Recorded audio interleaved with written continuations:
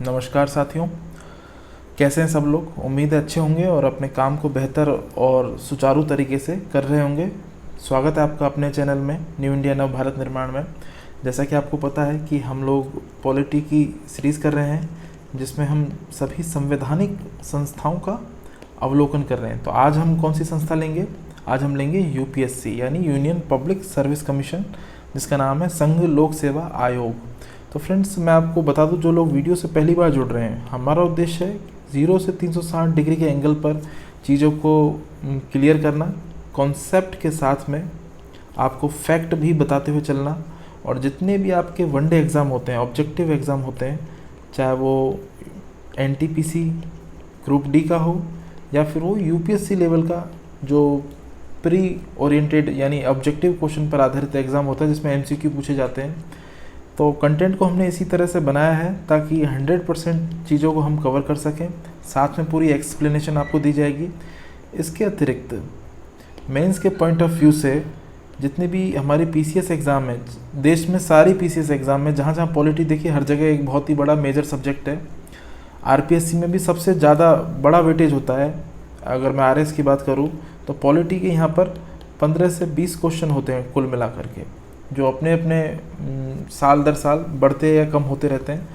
और यूपीएससी की बात करूँ तो फ्रेंड्स, यहाँ पर भी मेंस में बड़ी जो नेचर के क्वेश्चन हैं वो पूछे जाते हैं 200 शब्दों में। तो आपको एक मूलभूत आइडिया होना ज़रूरी है ताकि आप अपनी आंसर राइटिंग को मजबूत कर सकें। अगर मैं आरएस की बात करूँ फ्रेंड्स, तो यहाँ पर 2 और 5 नंबर के हिसाब से यूपीएससी जो संस्था है उस पर प्रश्न बनाए जा सकते हैं।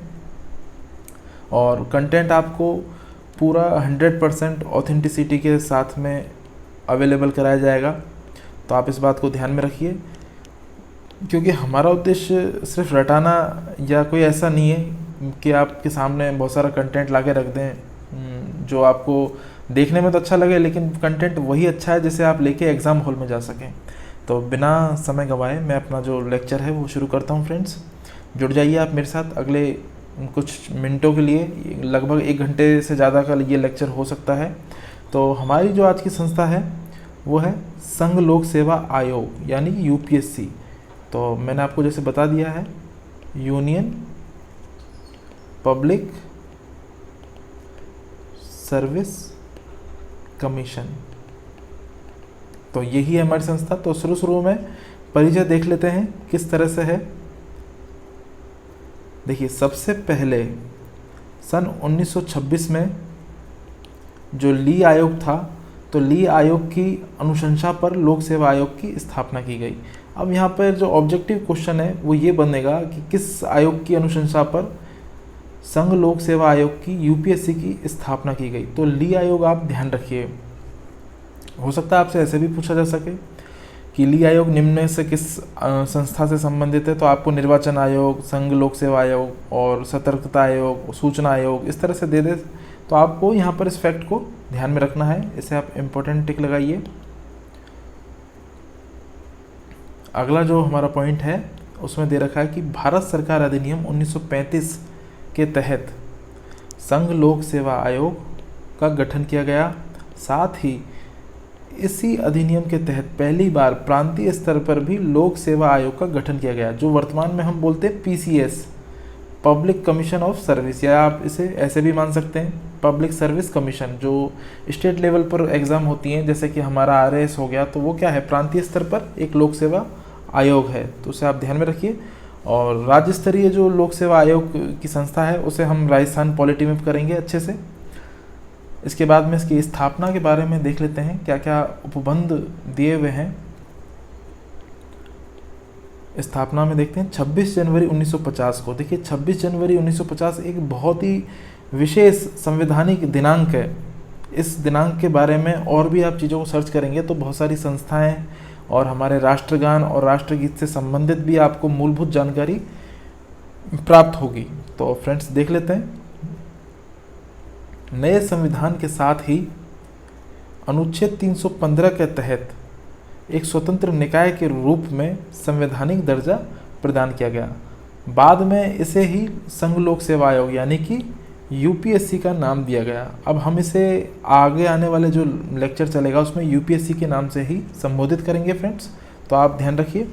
और एक फैक्ट और है इसमें कि जो संविधान में इसे संवैधानिक संस्था का जो दर्जा दिया गया है वो अनुच्छेद है 315 से 323 तक।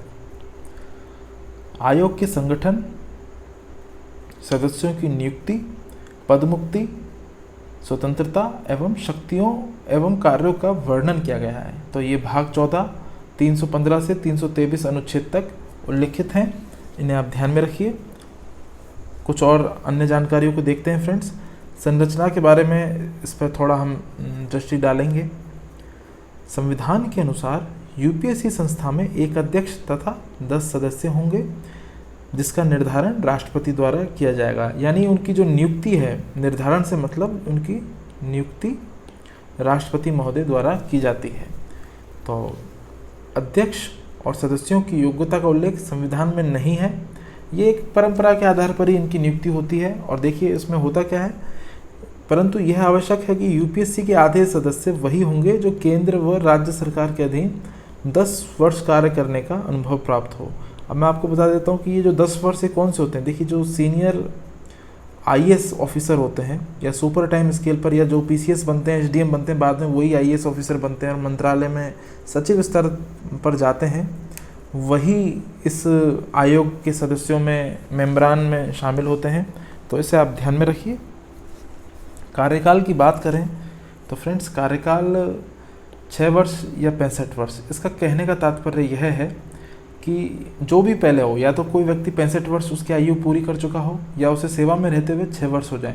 जो भी पहले होगा, ध्यान रखिए, जो भी पहले हो, जब तक उसे सेवा में रहने दिया जाता है, उसके बाद में वह रिटायर यानी कि सेवानिवृत्त हो जाता है। राष्ट्रपति आयोग के सदस्यों को उच्चतम न्यायालय की सलाह के बाद ही हटा सकते हैं। तो उपर्युक्त मामले में सुप्रीम कोर्ट द्वारा दी गई सलाह राष्ट्रपति के लिए बाध्य है, इसे आप ध्यान में रखिए। और देखिए हटाने का जो क्राइटेरिया होता है उसके बारे में मैं आपको मूलभूत जानकारी दे दूं। हटाने के लिए उसमें जो क्राइटेरिया है वो इस तरह से है कि जो भी सदस्य होते हैं, यदि वो अपने पद पर बने रहने में असक्षम है,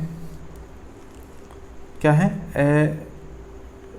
अक्षमतावान है या असक्षम है या कदाचार है, किसी जो भी निर्लिप्त मामले में अगर उससे दोषी पाया गया है तो वो भी एक कदाचार का हिस्सा बनता है। तो इन्हीं के आधार पर सदस्यों को हटाने से पूर्व जो राष्ट्रपति महोदय हैं, राष्ट्रपति जी हैं, वो उसे सुप्रीम कोर्ट यानी माननीय उच्चतम न्यायालय में जांच करवाते हैं। अगर रिपोर्ट सही आती है, इनकी जांच के बाद में जो रिपोर्ट है वो पॉजिटिव आती है, तो राष्ट्रपति फिर उसे, जो मेंबर होता है या अध्यक्ष है, जो भी है, जो उसकी कदाचार अगर साबित हो जाए तो उसे फिर सस्पेंड कर दिया जाता है, यानी कि निष्कासित कर दिया जाता है, अपदस्थ कर दिया जाता है।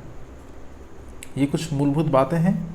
इसके अतिरिक्त यदि उसने कार्यकाल के दौरान किसी अन्य विभाग की सेवा को स्वीकार कर ली है तो भी उसे हटाया जा सकता है, क्योंकि देखिए लाभ का पद तो चाहिए नहीं, क्योंकि ये पद बहुत ही ज़्यादा जो हमारा महान्यायवादी होते हैं, या फिर आप जैसे कैग मानिए आप, control and auditor general of India, तो महालेखा परीक्षा नियंत्रक, ये इस तरह के पद हैं, ये बहुत ही महत्वपूर्ण पदों में से एक है।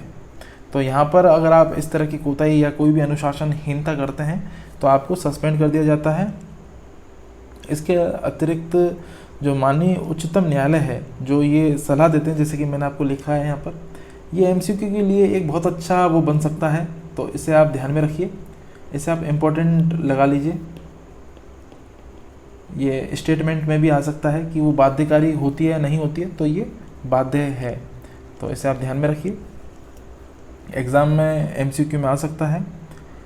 तो और साथ ही मैं आपको एक जानकारी इसमें और जोड़ना चाहूँगा, उच्चतम न्यायालय द्वारा जांच के दौरान जो राष्ट्रपति को जो अनुशंसा दी जाती है, तो उस समय भी राष्ट्रपति अगर अपने स्वतः संज्ञान से चाहे तो टेम्परेरी टाइम के लिए, यानी कुछ अस्थायी समय के लिए अध्यक्ष हो या फिर सदस्य हो, यूपीएससी की हम संस्था की बात कर रहे हैं फ्रेंड्स, तो वो उन्हें कुछ अस्थायी रूप से निलंबित कर सकता है अपने पद से। इसे भी आप ध्यान में रखिए, ये भी एक MCQ बन सकता है। तो जो भी लोग वीडियो को देख रहे हैं, मैं यही उम्मीद लेके बैठा हूँ कि वो बहुत सीरियस कैंडिडेट हैं और एग्ज़ाम के प्रति बहुत उनकी जो गंभीरता है वो विशेष है। तो ये सारी चीज़ें आपको इस तरह से याद रखनी है। आमतौर पर लिखी हुई बातें ज़्यादा लोग सीरियसली नहीं लेते, इसलिए मैंने अलग से बताना पसंद करता हूँ। चलते हैं आगे। राष्ट्रपति को फ्रेंड्स, इसके अलावा अगर मैं आपको कुछ और बातें बताऊं तो कुछ अन्य परिस्थितियों में वह कार्यवाहक, जो कार्यवाहक अध्यक्ष है उसकी व्यवस्था भी करता है, परंतु जो इसकी एक मैं आपको पेज जोड़ के पूरा अच्छे से बता देता हूँ। देखिए, कार्यवाहक जो अध्यक्ष होते हैं यूपीएससी में, कार्यवाहक अध्यक्ष होते हैं, ये किन किन परिस्थितियों में राष्ट्रपति द्वारा नियुक्त किए जाते हैं। तो इसके लिए आप दो चीज़ों को विशेष रूप से ध्यान रखिए। वो दो बातें क्या हैं? वो दो बातें, पहली बात ये है कि अध्यक्ष, जो वर्तमान अध्यक्ष है उसका पद रिक्त हो, या फिर दूसरी परिस्थिति ये हो कि जब अनुपस्थिति या किसी दूसरे कारणों से, कोई भी कारण से अध्यक्ष उपस्थित ना हो तो इन दोनों परिस्थितियों में कार्यवाहक अध्यक्ष की नियुक्ति की जाती है और वो तभी कार्य करता है, जब तक कि नए अध्यक्ष की नियुक्ति या फिर वो वापस अपने पद पर ना आ जाएं। तो ये कुछ मुख्य बातें हैं। अगला देखते हैं, यूपीएससी के जो पद पर रहते हुए सदस्यों और अध्यक्षों की जो स्वतंत्रता है, स्वायत्तता है, उसके बारे में क्या क्या मूलभूत बातें हैं। देखिए, इसमें कुछ पॉइंट दिए गए हैं और आपको एग्ज़ाम में पॉइंट फॉर्मेट में ही इसे लिखना होगा। तो मैंने आपको बता देता हूँ कि कार्यकाल की सुरक्षा मिलती है, यानी कि सेवा में बने रहने के लिए पूरी सहूलियत आपको दी जाएगी। अब मैं आपको बताता हूँ कि देखिए होता क्या है कि जो यूपीएससी के अध्यक्ष या सदस्य होते हैं, यूपीएससी के या तो हेड या फिर मेंबर होते हैं, तो वो राष्ट्रपति संविधान में वर्णित आधारों पर ही उन्हें हटा सकते हैं। इसलिए उन्हें जो पदावधि है, पदावधि की सुरक्षा प्राप्त है। और मैंने आपको बताया कि वो सुप्रीम कोर्ट के पास में, माननीय उच्चतम न्यायालय के पास में जब जांच के लिए भेजते हैं, जैसे कि देखो मैंने आपको पूरी प्रक्रिया यहाँ पर बताई थी। असक्षमता, कदाचार, राष्ट्र के आधार पर राष्ट्रपति जब माननीय उच्चतम न्यायालय को ये भेजते हैं मामला, तो रिपोर्ट अगर पॉजिटिव आ जाती है तो मेंबर को सस्पेंड कर दिया जाता है। तो आप इसे ध्यान में रखिए। चलते हैं आगे। अलाभकारी परिवर्तन नहीं किया जा सकता। हालांकि अध्यक्ष या सदस्य की सेवा शर्तें राष्ट्रपति तय करते हैं, ये बात तो सही है। जो सेवा शर्तें हैं और उनकी नियुक्ति, ये सब चीज़ें राष्ट्रपति महोदय होते हैं, वही तय करते हैं। लेकिन बिना किसी कारण के, और एक बार व्यक्ति सेवा में आ जाता है तो उसमें अलाभकारी परिवर्तन नहीं किया जा सकता। इस बात को आप ध्यान में रखिए। अगला पॉइंट है, वेतन, भत्ते, पेंशन सहित खर्चे। ये जितने भी खर्चे हैं, जितने भी इस तरह के जो खर्चे होते हैं, ये सभी भारत की संचित निधि पर भारित होंगे। ध्यान रखिए इसे। ये अनुच्छेद 266 में है। तो भारत की संचित निधि पर अधिकार किसका है? मैं आपको कई बार बता चुका हूँ, संसद का अधिकार है। और संसद ही इसमें से धन का अनुमोदन करती है, यदि आपको धन दिया जाना है कहीं। तो इस बात को आप ध्यान रखिए। और ये जो भी खर्चा होता है, इस पर सदन में यानी कि संसद में मतदान नहीं हो सकता, मतदान नहीं होता। तो आप इस बात को भी ध्यान रखिए, ये भी इम्पोर्टेंट पॉइंट है, इसे आप ध्यान में रखिए कि इन पर जो भी खर्चा किया जाता है उस पर कोई भी कार्यवाही या उसकी जांच वगैरह नहीं की जा सकती। कैग अपनी औपचारिकताएं पूरा करती है, लेकिन इन पर कोई मतदान नहीं होता सदन में। तो इस बात को आप ध्यान में रखिए। अगला जो हमारा पॉइंट है वो इस तरह से है कि यूपीएससी का अध्यक्ष कार्यकाल के बाद भारत या राज्य सरकार के अधीन नौकरी का पात्र नहीं होगा। ऐसा प्रावधान इसलिए किया गया है ताकि वर्तमान में पद पर बने रहते हुए वो कोई किसी भी निर्णय को इस भविष्य की दूरदर्शिता को देखते हुए ना करे कि कल के दिन उसे लाभ होगा तो उसे ऐसा काम करना चाहिए। इसलिए पद की गरिमा को बनाए रखने के लिए और भविष्य में संभावित भ्रष्टाचार को रोकने के लिए ये व्यवस्था की गई है। तो आप इसे ध्यान में रखिए। अगला जो हमारा इसमें टॉपिक है, जो पॉइंट है फ्रेंड्स, वो इस तरह से है। यूपीएससी के सदस्य कार्यकाल के बाद उन्हें यूपीएससी का अध्यक्ष या किसी अन्य राज्य लोक सेवा आयोग का अध्यक्ष बनाया जा सकता है। लेकिन इसमें आप इस बात को ध्यान रखिए कि यूपीएससी के अध्यक्ष या सदस्य होते हैं दोनों, उन्हें अपने कार्यकाल के बाद पुनः नियुक्त नहीं किया जा सकता। यानी कोई अध्यक्ष केवल एक ही कार्यकाल के लिए अध्यक्ष बनता है, सदस्य भी यूपीएससी में एक ही कार्यकाल के लिए रहा जा सकता है। तो ये कुछ मुख्य बातें हैं। और संघ लोक सेवा आयोग का अध्यक्ष या सदस्य कार्यकाल के बाद पुनः नियुक्त नहीं किए जाते, ये इसका एक बहुत ही इम्पोर्टेंट पॉइंट है, तो इसे आप ध्यान में रखिए। आगे चलते हैं, यूपीएससी संस्था के जो कार्य हैं उन्हें एक बार देख लेते हैं। यह विभिन्न केंद्रीय सेवाओं हेतु भर्ती करने वाली एक एजेंसी है। तो यूपीएससी द्वारा प्रतियोगिता परीक्षाओं का आयोजन किया जाता है। तो फ्रेंड्स, एक छोटा सा इसका इतिहास है, मैं आपको बता दूं। सबसे पहले 1922 में इलाहाबाद में ये जो परीक्षा है आईएएस की, ये आयोजित की गई। इससे पहले ये लंदन में हुआ करती थी। और लॉर्ड कॉर्नवालिस प्रशासनिक सेवा के जनक माने जाते हैं। और भी काफ़ी जो विद्वान या आप कह लीजिए अंग्रेज़ों के जो लॉर्ड हुए हैं वो आए हैं यहाँ पर, और उन्होंने इसमें तब्दीलियाँ और इसके प्रशिक्षण की जो प्रक्रिया है उनमें कुछ बदलाव किए हैं। लेकिन वर्तमान में जब देश आज़ाद हुआ तो इसकी जो व्यवस्था है वो संवैधानिक इसको प्रारूप दिया गया। तो इसके कार्यों पर हम एक बार नज़र डाल लेते हैं। राज्यपाल के अनुरोध पर राष्ट्रपति की स्वीकृति के बाद या किन्हीं मामलों पर राज्यों को सलाह देना, तो ये भी उसी तरह से है। और जैसे कि आपने देखा प्रतियोगी परीक्षाएं, तो ये जो प्रतियोगी परीक्षाएं हैं इनसे जो यहाँ पर तात्पर्य है वो किन चीज़ों का निकलता है, तो आप इस बात को ध्यान में रखेंगे कि जितनी भी अखिल भारतीय सेवा हैं, अखिल भारतीय सेवा हैं या केंद्रीय सेवा हैं या फिर केंद्र प्रशासित क्षेत्रों की लोक सेवाएं हैं, जैसे हमारे दिल्ली है, पौंडुचेरी है या फिर चंडीगढ़ है, इस तरह से जो उनकी लोक सेवा हैं उनको आयोजित करवाना। तो ये क्या है, जैसे कि आप देखते होंगे यूपीएससी आईएएस का भी एग्ज़ाम करवाती है। जो मेन एग्ज़ाम है वो आईएएस ही है जिसे जाना जाता है। इसके अलावा सेंट्रल आर्म पुलिस फोर्स है। और यूपीएससी विभिन्न विभागों के लिए विभिन्न सब्जेक्टों से जुड़े हुए अन्य परीक्षाओं को भी संपादित करवाती है। आगे चलते हैं हम। पाठ्यक्रम एवं परीक्षा प्रक्रिया का पालन करना। आपको याद हो तो कुछ समय पहले यूपीएससी में सीसेट को लेकर के विवाद उठा था। तो सीसेट देखिए तो एक तार्किक और मानसिक अभियोग्यता की एक परीक्षा होती है जो आईएएस में प्रारंभिक परीक्षा यानी आईएएस प्री में इसे आयोजित किया जाता है। तो इस तरह से सिलेबस को जोड़ना या सिलेबस को हटाना, ये सब परीक्षा प्रक्रिया में बदलाव करना यूपीएससी का कार्य क्षेत्र है, तो इसे आप ध्यान में रखिए। अगला प्रश्न है, जब दो या दो से अधिक राज्य अपने लिए एक संयुक्त स्टेट पब्लिक सर्विस कमीशन यानी कि राज्य लोक सेवा आयोग के गठन का अनुरोध करें तो ऐसी स्थिति में यूपीएससी द्वारा परीक्षा का आयोजन करवाया जा सकता है। तो ये भी एक प्रावधान है, ये भी एक यूपीएससी के कार्य क्षेत्र अधिकार में आता है। इसके अलावा कुछ परामर्शकारी कार्य भी हैं जिन्हें हम देख लेते हैं।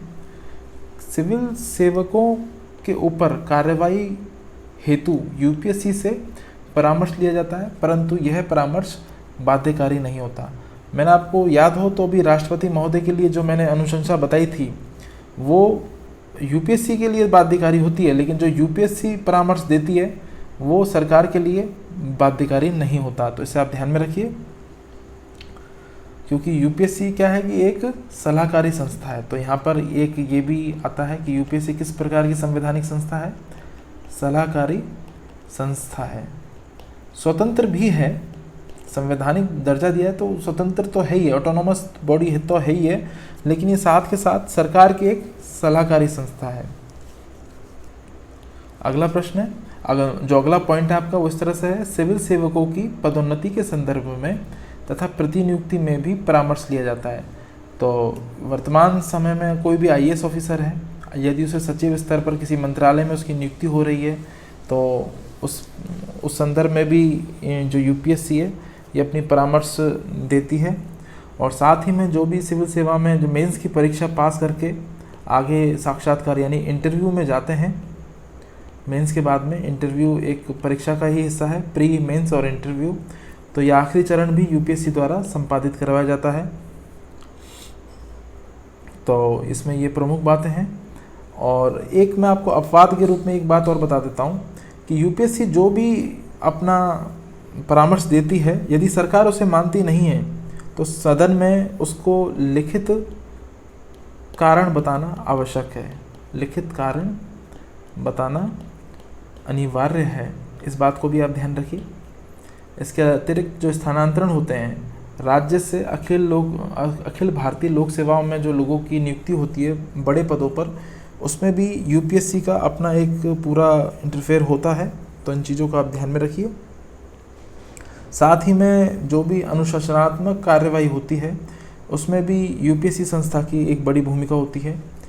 तो अपने लोग सेवक हैं, अधिकारी हैं, उनके जो भी क्रियाकलाप होते हैं वो निरंकुश ना हो, इसलिए आयोग इस तरह की अपनी जो शक्ति है उसे धारण करता है। संविधान में उसे ये सब शक्तियाँ दी गई हैं।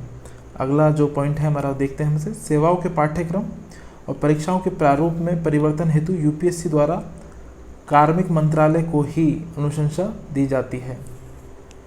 तो कार्मिक मंत्रालय देखिए वही है जो वैकेंसी निकालते हैं हमेशा यूपीएससी को, ये अपना कितनी वैकेंसी निकालनी है ये पूरा रिपोर्ट देते हैं। तो यही कारण है कि वर्ष 2014 में 1300 प्लस सीट थी, और आज की डेट में अगर आप देखें वर्ष 2018 में, 19 में, 20 में सीटों की जो संख्या है वो कम होती जा रही है दिन पे दिन, और 767 सीट कुछ समथिंग इसी तरह से थी लगभग, मुझे ढंग से याद नहीं है। तो ये सब कार्मिक मंत्रालय ही अपनी अनुशंसा भेजता है, और जो चयनित वो होते हैं, योग्यजन होते हैं यूपीएससी में, उनको जब कैडर अलॉट किया जाता है, देखिए कैडर को हिंदी में संवर्ग कहा जाता है, तो जब कैडर अलॉट किया जाता है उन्हें अपना पोस्ट के साथ में जो स्टेट दिया जाता है तो वो भी यूपीएससी द्वारा ही तय किया जाता है। तो इस बात को आप ध्यान रखिए। यूपीएससी की जो भूमिका वो किस तरह की है, जैसे कि मैंने आपको बताया, सरकार की सलाहकारी संवैधानिक संस्था है, इसे आप ध्यान में रखिए। यूपीएससी संघ लोक सेवा आयोग सिविल न्यायालय की तरह शक्तियां धारण करता है, देश के किसी भी नागरिक को समन जारी कर सकता है, वह किसी भी विभाग की रिपोर्ट को जारी कर सकता है। तो ये इनकी भूमिका है। अगर शक्तियों की हम बात करें तो शक्तियों में देखिए सबसे ज़्यादा क्या है कि यूपीएससी एक सलाहकारी संस्था है जो सिविल सेवाओं की भर्ती करवाती है, और ये काम निष्पक्षता और तटस्थ सेवाओं के निर्धारण के हेतु आयोजित कराए जाते हैं। तो इसे आप ध्यान में रखिए। एक लोकतांत्रिक देश में सरकारी सेवाओं में तटस्थ और निष्पक्ष नियुक्ति अत्यधिक महत्वपूर्ण है, ताकि सरकार में बैठे लोग सरकारी सेवाओं पर नियंत्रण ना कर सकें। देखिए ये शक्तियों से ज़्यादा नहीं है, आप इसे ध्यान में रखिए, शक्तियाँ नहीं है, ये यूपीएससी की जो निष्कर्षणात्मक मैं उसमें बात में संदर्भ में से बता रहा हूँ, तो आप इसे ध्यान में रखिए। तो यूपीएससी के बारे में ये प्रमुख बातें थी, और कुछ इसकी जो सीमाएं हैं वो देख लेते हैं। सरकार ने नौकरियों में आरक्षण प्रदान करते समय यूपीएससी से परामर्श नहीं लिया जाएगा। तो जब भी जो एसटी, एससी और ओबीसी वर्ग के जो लोग हैं उन्हें किसी प्रकार का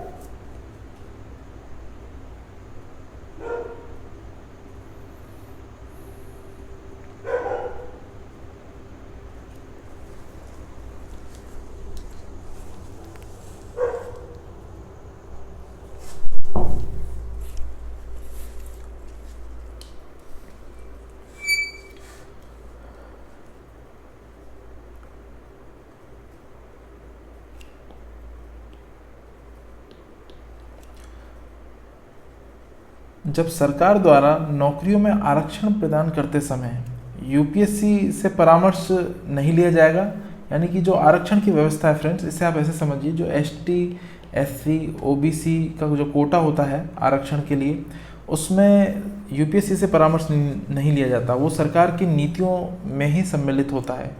साथ ही में ग्रुप सी और डी की भर्तियां यूपीएससी द्वारा आयोजित नहीं कराई जाती हैं, इसे भी आप ध्यान रखिए। अनेक संस्थान जैसे डीआरडीओ है, इसरो है और केंद्रीय विश्वविद्यालय हैं आदि से संबंधित नियुक्तियां यूपीएससी नहीं करता है। राष्ट्रपति यूपीएससी के अधिकार क्षेत्र को शामिल व परिवर्तित कर सकते हैं। तो शामिल से मतलब है कि घटा बढ़ा भी सकते हैं, किसी क्षेत्र को हटा सकते हैं और किसी को परिवर्तित कर सकते हैं। तो ये इसके बारे में प्रमुख बातें हैं। और भी मैं इसके बारे में आपको कुछ और प्रमुख बातें बताना चाहूँगा कि राष्ट्रपति महोदय के जो भी अखिल भारतीय सेवा, केंद्रीय सेवा और पद के संबंध में नियम बनाते हैं, तो फ्रेंड्स उसके लिए संघ जो यूपीएससी है उससे परामर्श की आवश्यकता नहीं है। तो राष्ट्रपति यूपीएससी से परामर्श नहीं लेते और यूपीएससी जो परामर्श देता है वो बाध्यकारी भी नहीं होते राष्ट्रपति के ऊपर। तो आप इन बातों को ध्यान रखिए। लेकिन इस तरह के जो नियम हैं उनको कम से कम 14 दिन तक के लिए सदन में रखना होता है और सदन के पास ये शक्ति है कि वो इसे संशोधित कर सकती है या निरस्त कर सकती है। तो इन चीज़ों के बारे में आप ध्यान में रखिए, ये प्रमुख बातें हैं। तो राष्ट्रपति की जो जितनी भी यहाँ पर शक्तियाँ हैं उनका उल्लेख भी विशेष है, तो इन्हें आप ध्यान में रखिए। और आप इसमें ध्यान में एक ही चीज़ रखिए कि राष्ट्रपति जो सलाह देता है, यूपीएससी को जो सलाह देता है वो यूपीएससी पर बाध्यकारी होती हैं, लेकिन जो यूपीएससी राष्ट्रपति महोदय को सलाह देता है वो परामर्शकारी होती हैं, वो बाध्यकारी नहीं होती हैं। इस तरह से आप इसे ध्यान में रखिए। जो यूपीएससी संस्था के बारे में जितनी भी प्रमुख बातें थी वो समाप्त हो चुकी हैं फ्रेंड्स। अब यहाँ कुछ ऑब्जेक्टिव क्वेश्चन हैं जिनकी हम प्रैक्टिस करेंगे। तो आइए बिना समय गंवाए हम इन्हें एक एक करके देख लेते हैं। देखिए, पहला प्रश्न है आपके सामने, ये एमसीक्यू है और मैं आपको बता दूं कि एग्ज़ाम में भी इसी तरह से पूछे जाएंगे और इन्हें बार बार आप प्रैक्टिस करेंगे तो इनसे आपकी नींव है वो मजबूत होगी। तो आइए, पहला प्रश्न है, भारत के संविधान द्वारा राष्ट्रपति को इस प्रकार की शक्तियां दी गई हैं कि वह ऐसे नियम बनाए कि कुछ मामलों में संघ लोक सेवा आयोग से सलाहकारी लेना बाध्यकारी ना हो। तो बिल्कुल सही है, राष्ट्रपति जी को इस प्रकार की शक्तियां दी गई हैं कि जैसे कि हम अभी ऊपर पढ़ चुके हैं। अगला जो हमारा विकल्प है वो है संघ लोक सेवा आयोग के परामर्श को अस्वीकार करने के पीछे जो कारण होता है उसे संसद के प्रत्येक सदन में स्पष्ट करना पड़ता है। जी हाँ, बिल्कुल सही है, और उसे पार्लियामेंट्री ट्रायल के लिए 14 दिन के लिए, जैसा कि मैंने अभी आपको बताया 1 मिनट पहले ही कि 14 दिन के लिए रखना होता है। तो दोनों सही हैं ये, तो हमारा विकल्प है दोनों 1 और 2 सत्य हो जाएगा। अगला प्रश्न देखते हैं, निम्नलिखित में से कौन यूपीएससी के कार्य हैं, यानी संघ लोक सेवा आयोग के कार्य हैं। तो इस प्रश्न का जो पहला विकल्प है वो हम देखते हैं, केंद्र की सेवाओं में भर्ती के लिए परीक्षा आयोजित कराना। ये कथन सही है, ट्रू है, सत्य है, सत्य ही हमसे यहाँ पे पूछे गए हैं। अगला विकल्प देखते हैं, राष्ट्रपति या राज्यपाल द्वारा सौंपे गए किसी मामले में परामर्श देना। जी नहीं, राष्ट्रपति ऐसे काम इन्हें नहीं देते, परामर्श देना ये गलत है। अगला देखते हैं, एक सरकारी सेवक को प्रभावित करने वाले सभी प्रकार के अनुशासनात्मक मामलों में परामर्श देना। तो ये सही है, हम इसे डिस्कस कर चुके हैं। पदोन्नति और स्थानांतरण से संबंधित मामलों में परामर्श देना, ये भी सही है और हम इसे डिस्कस कर चुके हैं। तो दूसरा गलत है। अब जिन जिन विकल्पों में दूसरा दिया हुआ है आप उन विकल्पों को कैंसिल कर दीजिए। यहाँ पर भी दूसरा है, कैंसिल कर दीजिए, यहाँ पर भी दूसरा है, कैंसिल कर दीजिए। तो आपको यहाँ पर एलिमिनेशन मेथड से भी आप बहुत अच्छे से काम कर सकते हैं। चलते हैं आगे। अगला प्रश्न है हमारा, निम्न कथनों पर विचार कीजिए और संघ लोक सेवा आयोग का एक सदस्य पुनः सदस्य के रूप में आयोग में नियुक्त नहीं हो सकता। तो ये बात तो हमने बहुत अच्छे से पढ़ी है और ये बात सही भी है। पुनः जो अवधि है समाप्त होने के बाद किसी भी राज्य सरकार या केंद्र सरकार में किसी प्रकार का रोजगार प्राप्त नहीं कर सकता। अगला विकल्प है, राज्यपाल जैसे संवैधानिक पद को धारण नहीं कर सकता। तो देखिए यहाँ पर जो पूछा गया है कि कौन से कथन सत्य है, तो इसका जो सही जवाब है, आप इसे ध्यान से देखेंगे तो इसका सही जवाब ये सही है, ये सही है। और जो पुनः नियुक्ति नहीं हो सकती, पुनः सदस्य के रूप में नियुक्त नहीं हो सकता, तो ये सदस्य यदि यूपीएससी में है तो नहीं होगा, और किसी स्टेट पब्लिक सर्विस कमीशन में है तो सदस्य के रूप में नियुक्ति हो सकती है। तो यहाँ पर इस स्टेटमेंट में ये डिनोट करना ज़रूरी था। अगर नहीं किया है तो इस विकल्प को गलत माना जाएगा, तो इसे माना जाएगा कि ये यूपीएससी के लिए ही पूछा गया है। तो यहाँ पर जो विकल्प हमारे सही होंगे वो ये सही होंगे। चौथा विकल्प है जो यहाँ पे प्रिंट नहीं हुआ, तो आप उसे छोड़ दीजिए। तो यहाँ पे 2 और 3 सही हैं और पहला विकल्प को आप गलत मान लीजिए। चलते हैं आगे। अगला प्रश्न है हमारा, संघ लोक सेवा आयोग को अवश्य सरकारी पदों में पिछड़ा वर्ग, अनुसूचित जाति, अनुसूचित जनजाति को आरक्षण दिए जाने का परामर्श देना चाहिए। अगला विकल्प है, संघ लोक सेवा आयोग की प्रकृति मात्र परामर्शकारी है तथा सरकार के लिए बाध्यकारी नहीं है कि वह आयोग द्वारा दिए गए प्रत्येक परामर्श को माने। देखिए ये सारी चीज़ें हम ज्यों की त्यों डिस्कस कर चुके हैं। परामर्श यहाँ पर देने का कोई औचित्य नहीं है, और ये प्रश्न जो विकल्प है दूसरा ये सही है। तो यहाँ जो उत्तर डी है यहाँ पर ये सही हो जाएगा। चलते हैं आगे। निम्नलिखित में से कौन सा कथन सत्य नहीं है? तो देखिए, संघ लोक सेवा आयोग के सदस्य 6 वर्ष की अवधि या 65 वर्ष की आयु, दोनों में से जो पहले हो तक सदस्य आयोग के सदस्य रह सकते हैं। तो ये तो सही है, हम इसे पढ़ चुके हैं, ये ट्रू है। और यहाँ पर क्या पूछा है? आपसे फॉल्स पूछा गया है। तो देखते हैं, संघ लोक सेवा आयोग का अध्यक्ष सेवानिवृत्ति के उपरांत केंद्र या राज्य सरकार में कोई पद धारण नहीं कर सकता। तो ये भी सत्य है, हम इसे पढ़ चुके हैं। अगला विकल्प है, संघ लोक सेवा आयोग के 1/3 सदस्य ऐसे होने चाहिए जिन्हें केंद्र या राज्य सरकार में कम से कम 10 वर्ष की सेवा का अनुभव हो।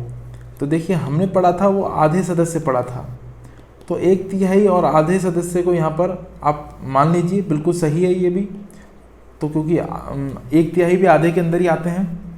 अगला जो विकल्प है, जो आप सोच रहे होंगे कि यही इसका जवाब होगा, तो एक बार देख लेते हैं। संघ लोक सेवा आयोग के अध्यक्ष और सदस्यों की नियुक्ति प्रधानमंत्री द्वारा की जाती है। देखो कितनी बिल्कुल ही इतनी गलत बात लिखी हुई है कि अगर किसी को दिख गया विकल्प पहले तो वो इसे ही टिक करेगा। तो ये राष्ट्रपति महोदय हैं, जैसे कि मैं आपको बता चुका हूँ शुरू में। अगला जो प्रश्न है, भारत में संविधान के अनुसार यूपीएससी की शक्तियों में वृद्धि करने का अधिकार निम्नलिखित में से किसमें है? तो आप जानते हैं कि यूपीएससी की जितनी भी शक्तियाँ होती हैं उनमें वृद्धि करने का अधिकार संसद के पास में है, और इस तरह से इसका आंसर है वो आंसर नंबर बी होगा। निम्नलिखित में से कौन सा अधिकारी है जिसे राष्ट्रपति द्वारा हटाने के लिए सर्वोच्च न्यायालय की सलाह आवश्यक है? तो ये संघ लोक सेवा आयोग का अध्यक्ष है। निम्नलिखित में से कौन सा कथन सत्य है? तो यहाँ पर देख लेते हैं, यदि किसी राज्य का राज्यपाल अनुरोध करे और राष्ट्रपति इसकी स्वीकृति दे दे तो संघ लोक सेवा आयोग उस राज्य की सहायता कर सकता है। देखिए ये हमने पढ़ा था, ये बिल्कुल सत्य है। और अगला विकल्प जस्ट इसका उल्टा है, क्योंकि यहाँ मुख्यमंत्री अनुरोध कर रहा है कि मुख्यमंत्री का यहाँ कोई रोल नहीं होता, यहाँ राज्यपाल ही होते हैं। संघ लोक सेवा आयोग किसी राज्य की सहायता नहीं कर सकता, ये भी गलत बात है। यदि किसी राज्य का राज्यपाल अनुरोध करे तो साधारण रूप से राष्ट्रपति की स्वीकृति के बिना भी, ये बिना आ गए ये भी गलत हो गया।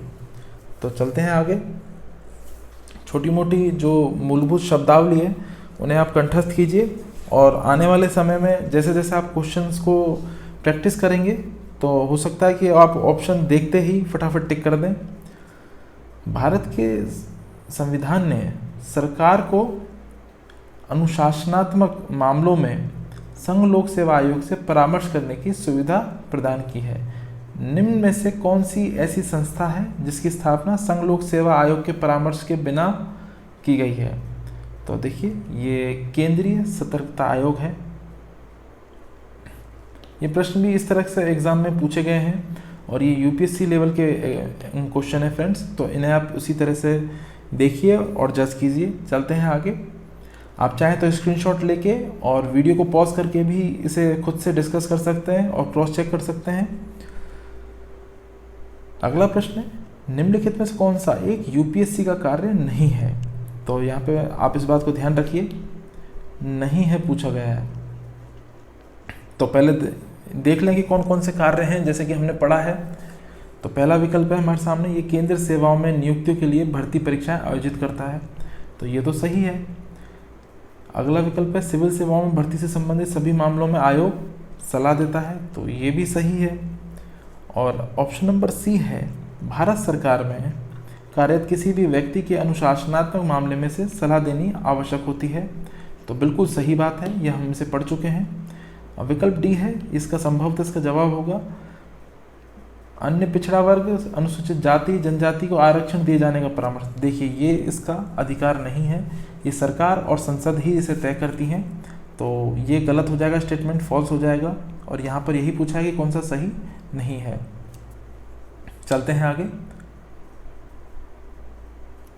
एसर्शन और रीजनिंग है यहाँ पर, जिसमें आपके पास में कथन है संघ लोक सेवा आयोग के सदस्यों के लिए किसी प्रकार की योग्यता सुनिश्चित नहीं की गई है।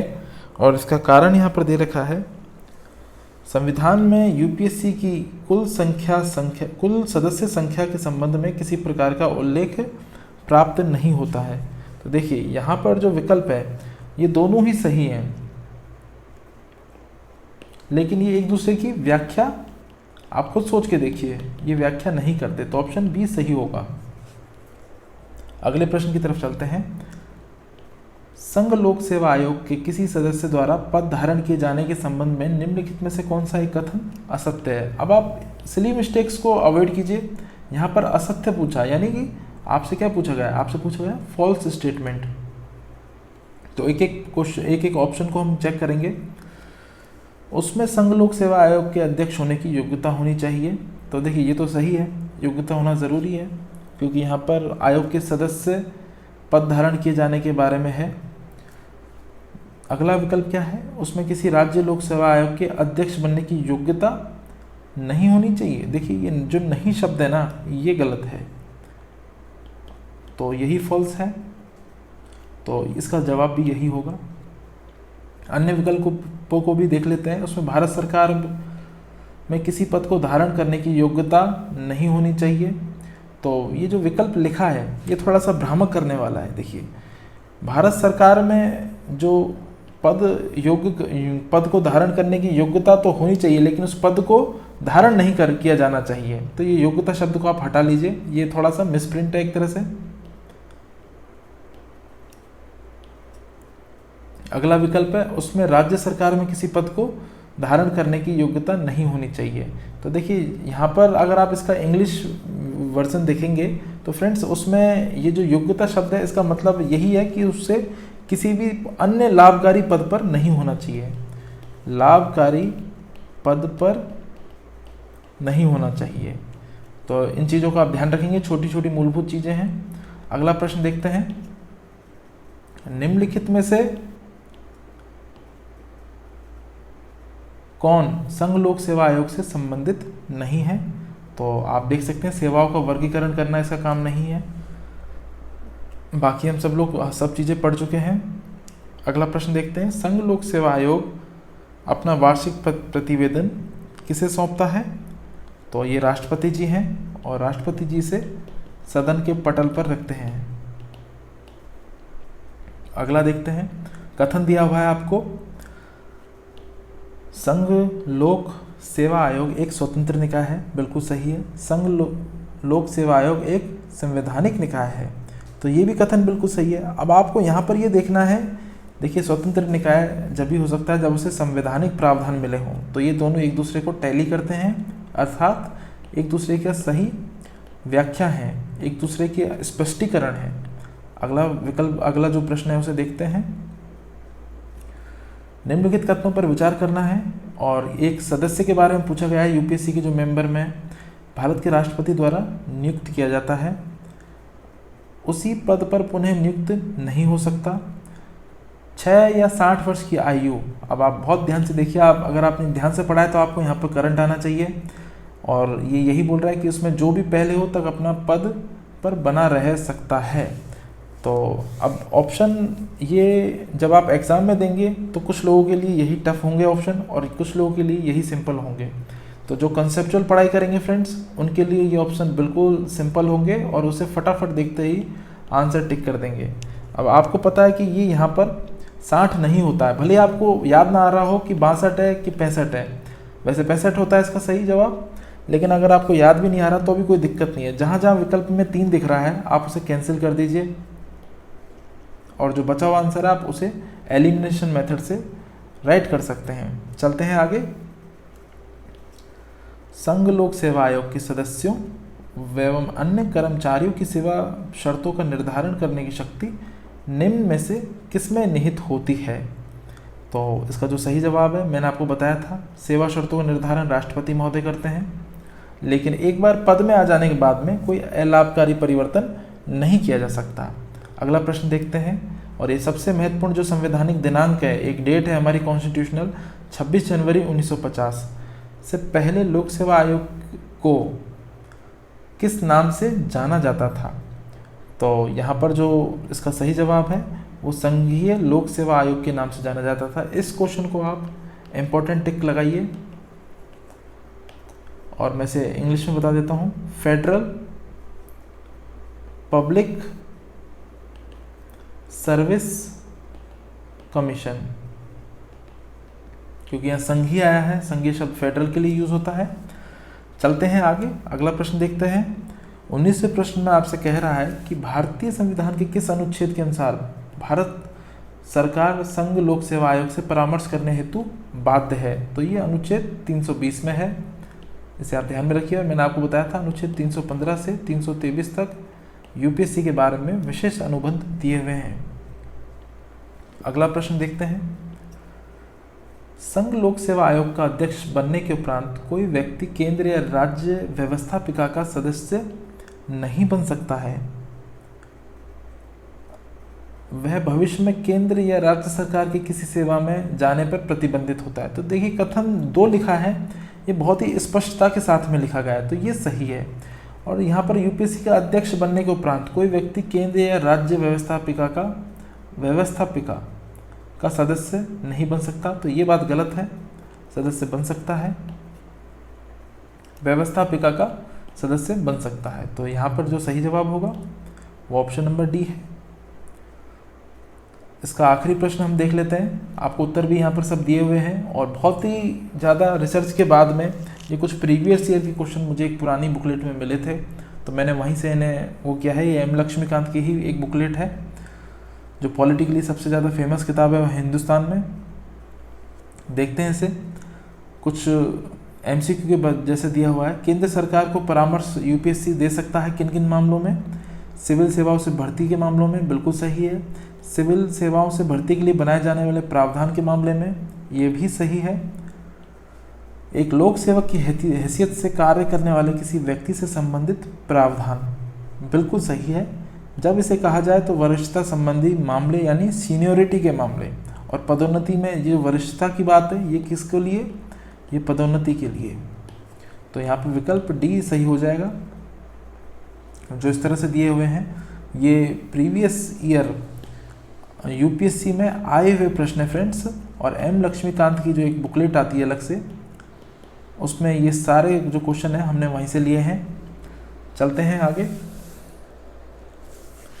कुछ और क्वेश्चन है जो पीसीएस एग्जाम में आए हैं, क्योंकि ऊपर वाला जो पैटर्न था वो यूपीएससी लेवल का था, क्योंकि एमसीक्यू वहीं पूछे जाते हैं।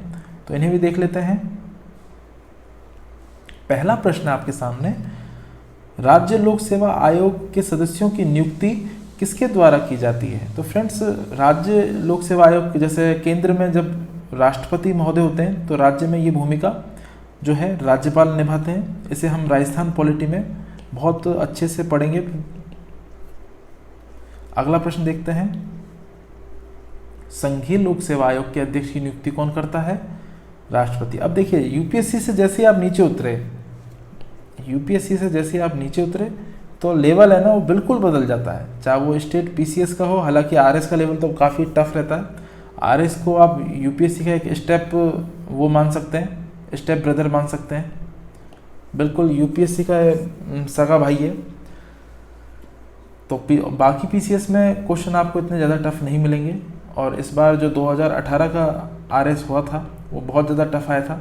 और कट ऑफ भी देखिए, इसी कारण से 200 में से 76 मार्क पे सिलेक्शन हो गया था लोगों का। तो ये बात की बातें हैं। फिलहाल हम हमारे विषय पर चलें।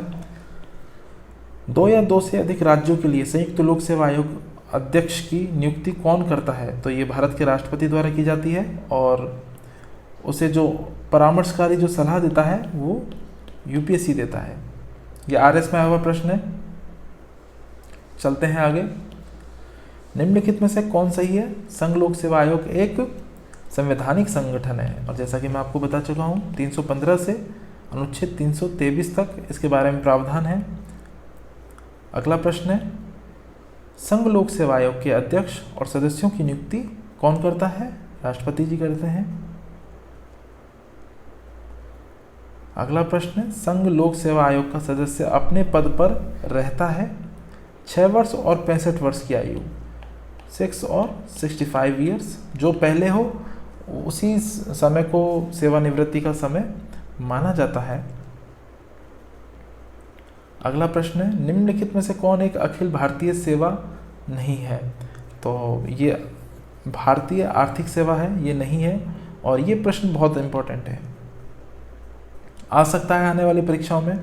Indian forest service, Indian police service और सबसे ऊपर, हालांकि मुझे इसे इस तरह से लिखना चाहिए, इंडियन एडमिनिस्ट्रेशन सर्विस, भारतीय प्रशासनिक सेवा, उसके बाद में इंडियन पुलिस सर्विस, आईपीएस, और आप अंत में है इंडियन फॉरेस्ट सर्विस यानी कि भारतीय वानिकी सेवा। भारतीय संविधान का कौन सा अनुच्छेद नई अखिल भारतीय सेवा की स्थापना का प्रावधान करता है? तो ये अनुच्छेद 312 है। इसे आप ध्यान में रखिए और इस क्वेश्चन को इम्पोर्टेंट लगाइए। पीसीएस में फैक्ट ज़्यादा पूछा जाता है बजाय कंसेप्ट के। अगला प्रश्न आपका आरएस में आया हुआ प्रश्न है, संघीय लोक सेवा आयोग के सदस्यों को उनके पद काल पूरा होने से पहले हटाया जा सकता है सुप्रीम कोर्ट की सिफारिश पर राष्ट्रपति द्वारा। जैसे कि मैंने आपको बताया था, राष्ट्रपति जी मामले को सुप्रीम कोर्ट के पास में भेजते हैं और वो रिपोर्ट अगर पॉजिटिव आ जाती है तो फिर राष्ट्रपति द्वारा इन्हें हटा दिया जाता है। अगला प्रश्न देखते हैं, हमारे संविधान के अनुच्छेद 315 में से निम्नलिखित में से किस बात का उल्लेख है? तो संघ लोक सेवा आयोग और प्रत्येक राज्य लोक सेवा आयोग का। तो इन्हें आप ध्यान में रखिए। और मेरा आपसे एक निवेदन है, अनुच्छेद 315 से 323 तक एक बार आप रीडिंग जरूर लगाइए, क्योंकि ये क्या है कि मैं से नोट्स में भी डाल सकता था, लेकिन वो क्या है कि उसे आप इतनी गंभीरता से नहीं लेते। जहाँ मेरा आपसे निवेदन है, और मैं से एंड में फिर से बता दूंगा, इन अनुच्छेद के बारे में एक सरसरी निगाह से आप एक बात देख लीजिए। चलते हैं अगले प्रश्न की तरफ। संघ लोक सेवा आयोग का सदस्य किसके द्वारा हटाया जाएगा? सर्वोच्च न्यायालय की रिपोर्ट के आधार पर राष्ट्रपति द्वारा। और ज़्यादातर इस प्रकार की जो कैटेगरी है प्रश्नों की, उसमें आपको एक ही टोन में एक ही पैटर्न मिलेगा। संविधान के किस अनुच्छेद के अंतर्गत लोक सेवा आयोग के सदस्य को हटाया जा सकता है? तो ये अनुच्छेद 317 में है, तो आपको ये ज़रूर पढ़ना चाहिए 315 से 323 अनुच्छेदों को। भारत के लोक सेवा आयोग के लिए निम्न में से कौन सा कथन सही है? तो इसका राज्य लोक सेवा आयोग से कोई लेना देना नहीं है। निरीक्षण करता है और उनके परामर्श दिशा निर्देश को भी देता है। और ज़्यादातर सदस्य वो राज्य लोक सेवा आयोग से ही लिए जाते हैं यहाँ पर, जो अध्यक्ष और वो सदस्य बनाए जाते हैं। लेकिन राज्य लोक सेवा आयोग से इनका कोई विशेष अनुबंध नहीं होता है, ये एक तरह से रैंडम बेसिस पे ही कार्य किए जाते हैं। चलते हैं अगले प्रश्न की तरफ। यूपीएससी के अध्यक्ष और सदस्यों को उनके कार्यकाल की अवधि के पूर्ण होने से पहले कैसे हटाया जा सकता है? तो आरएस में आया हुआ प्रश्न है फ्रेंड्स, सर्वोच्च न्यायालय की सिफारिश पर राष्ट्रपति द्वारा। ये प्रश्न घूम फिर के हम 5वीं बार पढ़ रहे हैं इसे, तो इसे आप बहुत इंपॉर्टेंट लगाइए। क्वेश्चन रिपीट भी होते हैं, ऐसा कुछ भी विशेष नहीं है। अगला प्रश्न देखते हैं। किसी राज्य लोक सेवा आयोग के कार्य को निम्न में से किस एक के अनुमोदन से संघ लोक सेवा आयोग को सौंपा जाता है? तो ये भारत के राष्ट्रपति महोदय हैं। अगला प्रश्न है, यूपीएससी अपना वार्षिक प्रतिवेदन सौंपता है? तो ये राष्ट्रपति जी को सौंपता है और राष्ट्रपति से सदन में रखते हैं। अगला प्रश्न है, उत्तर प्रदेश लोक सेवा आयोग के व्यय किस निधि पर भारित होंगे? तो देखिए, स्टेट पीसीएस के जितने भी इस तरह के वो हैं राज्य लोक सेवा आयोग राज्यों के, वो राज्य की संचित निधि पर ही भारित होंगे। इसे भी आप इम्पोर्टेंट लगा लीजिए। अब राजस्थान का किस पर होगा? राज्य की संचित निधि यानी राजस्थान की संचित निधि पर। अगला प्रश्न हम देखते हैं, ये हमारा आखिरी प्रश्न है। निम्नलिखित में से किस मामले में राज्य लोक सेवा आयोग से परामर्श नहीं लिया जाता है? तो सिविल सेवाओं का स्थानांतरण पर। यह आरएस में आया हुआ प्रश्न है, तो ये इम्पोर्टेंट लगाइए आप इसे। और इस तरह से आपका जो एक संवैधानिक संस्था यूपीएससी के बारे में जितनी भी मूलभूत बातें थी वो यहाँ पर समाप्त हो चुकी हैं और ये अध्याय भी आपका पूरी तरीके से समाप्त हो चुका है। मैं आपको एक होमवर्क दे रहा हूँ यहाँ पर। होमवर्क ये है कि आपको कैसे भी करके इस संस्था से जुड़े हुए जो अनुच्छेद 315 से 323 हैं इनके बारे में आपको थोड़ा अपने लेवल पर पता लगाना है। और ऐसा करने के बाद में आप इसमें बहुत ज़्यादा आपकी जो नॉलेज है वो कॉन्क्रीट हो जाएगी। और मेरा आपसे ये की निवेदन है कि आप जिन जिन लोगों ने इसे सीरियस होकर देखा है तो फ्रेंड्स रिवीजन करते रहिए, नोट्स बनाइए और साथ के साथ में कमेंट करना बिल्कुल ना भूलें।